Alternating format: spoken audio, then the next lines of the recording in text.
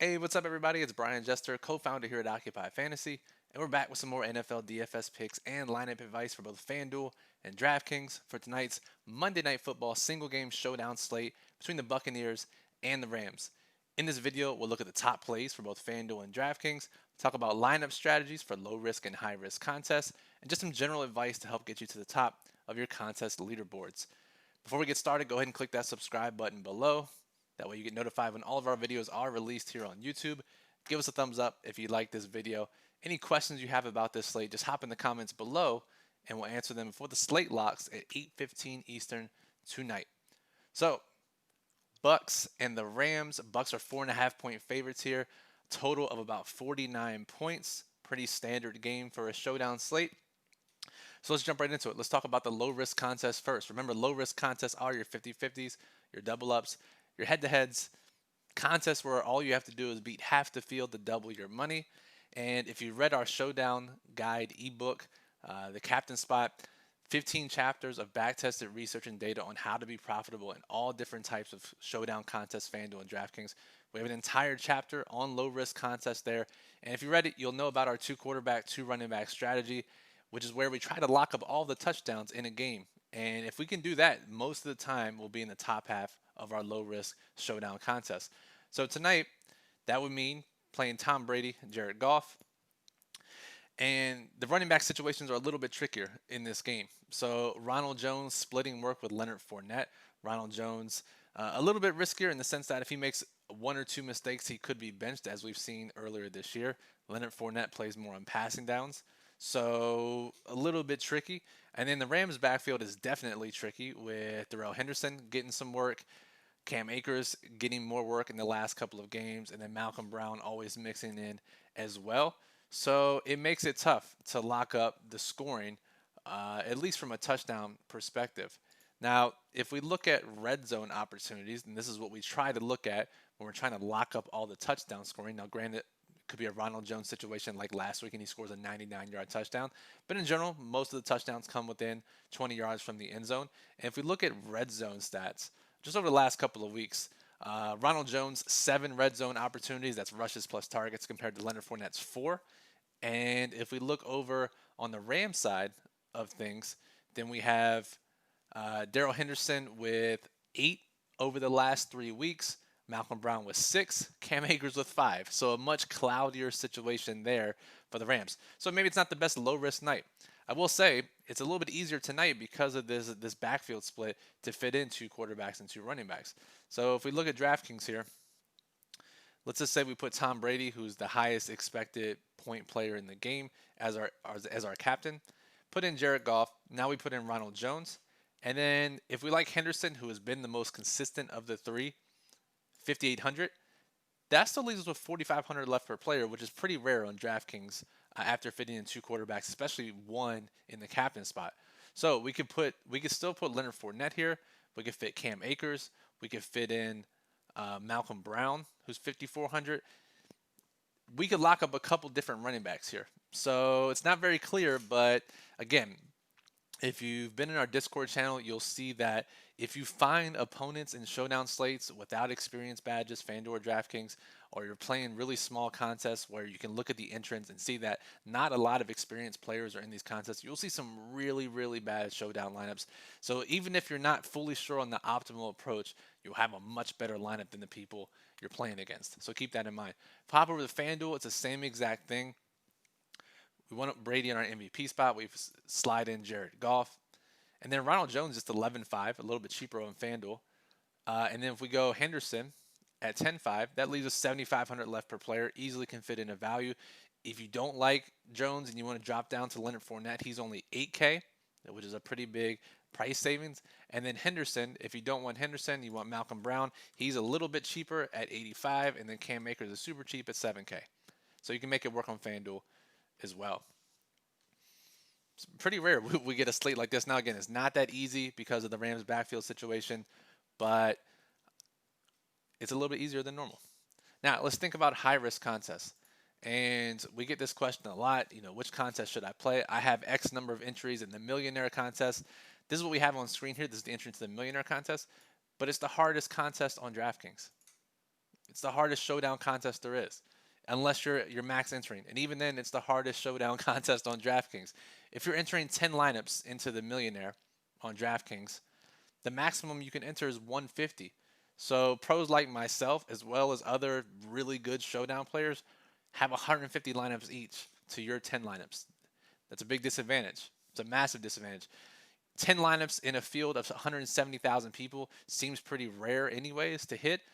Add in the fact that not all those 176,000 entries are made equally, and that a vast majority are made by pros. It's uphill sledding, to say the least. Same goes over on FanDuel. So, Brian, what do I do then? I want to win big.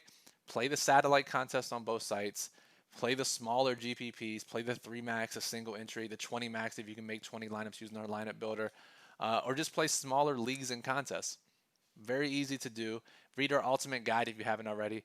The best way to grow your bankroll. Everyone wants to win the $1 million payday, but let me tell you, it's hard to do, and it's a massive drainer on your bankroll if you're not approaching the slates optimally with entering the maximum number of lineups. So stick to the right types of contests. You'll be much more successful in Showdown, I promise you. And this advice we're about to give not only applies for the millionaire, but it applies for all these contest types I just talked about. So let's clear this. And if we think about high-risk contests tonight, Brady's going to be one of the most popular captains, probably 15% or so on DraftKings, upwards of 50% on FanDuel, coming off a huge game. Let's not forget the sleepy Brady narrative, though. Brady says he goes to bed at 8:30 on a normal night. These games start at 8:30. In his 3 primetime games this year, he's averaged about 240 yards passing, just 1 touchdown. Maybe past his bedtime Brady is a real thing. The bigger issue, all jokes aside, is probably the loss of his guard, Ali Marpet. That's a big loss against a team with Aaron Donald along the defensive line. The Rams are missing 1 to 2 of their offensive linemen. So a tough game from an offensive line standpoint for the quarterbacks. So if we generally don't use quarterbacks or recommend them at the captain spot on DraftKings in high-risk contests. And I know we just said that about the offensive line, but this is the one slate that could probably work just because there are so many options on both sides of the ball, right? You got the 3 receivers from the Rams. You have now the 3 receivers from the Buccaneers. The scoring could be spread out. So, because if we look here, so over the last 3 games, we have Godwin, Mike Evans, Antonio Brown. All have seen about 6+ targets per game. The Rams side of things, Cooper Kupp, Robert Woods, Josh Reynolds, all seen good amounts of targets, playing most of the snaps for their team. So it makes it tough. Not a lot of value options. If we scroll down and we're looking for value, like below 4K to help fit all these studs in, you have the kickers and defenses. You have Fournette, who we talked about. You have Cam Akers, Gerald Everett, who's still basically a number 2 tight end. Cameron Brate, a number 2 tight end. Scotty Miller, relegated to playing 10 to 15% of the snaps now with AB in the picture. Tyler Johnson, even less snaps. Van Jefferson, less than 10% of the snaps. And it gets even worse the further you go. So to fit, I mean, we look at a lot of these guys rate favorably. The quarterbacks, the receivers, the running backs. So how do we do it? We probably can't fit in an expensive captain like Brady or Goff or even Cooper Kupp, Mike Evans, Ronald Jones. I think the approach tonight is probably a mid-range captain or a cheaper captain. So guys like Josh Reynolds, who has 7+ targets each of the last 3 weeks. Guys like, if you think it's a running heavy game script with Henderson, Malcolm Brown, Leonard Fournette. Probably the way to fit in multiple of these players on DraftKings. Now FanDuel, completely different story. We can easily fit in Brady or Goff. That's probably the preferred approach. Go with the quarterback captain or quarterback MVP tonight. In a vacuum, without salaries, quarterbacks are who you'd want tonight. And FanDuel, it makes it a lot easier. So if you put in Brady or if you put in Goff, you'll want 2 of their pass catchers in your flex spot. So if you play Brady, you want 2 of his receivers or running backs that he can throw the ball to, because Brady's not going to run a ton. He might get a quarterback sneak for a touchdown. But if he doesn't and he's the optimal MVP, he's throwing multiple touchdowns to multiple people. So same thing with Goff. Goff, even less of a threat to get a quarterback rushing touchdown. And as I say that, he'll definitely rush one tonight. But with Goff, you need 2 of his pass catchers here.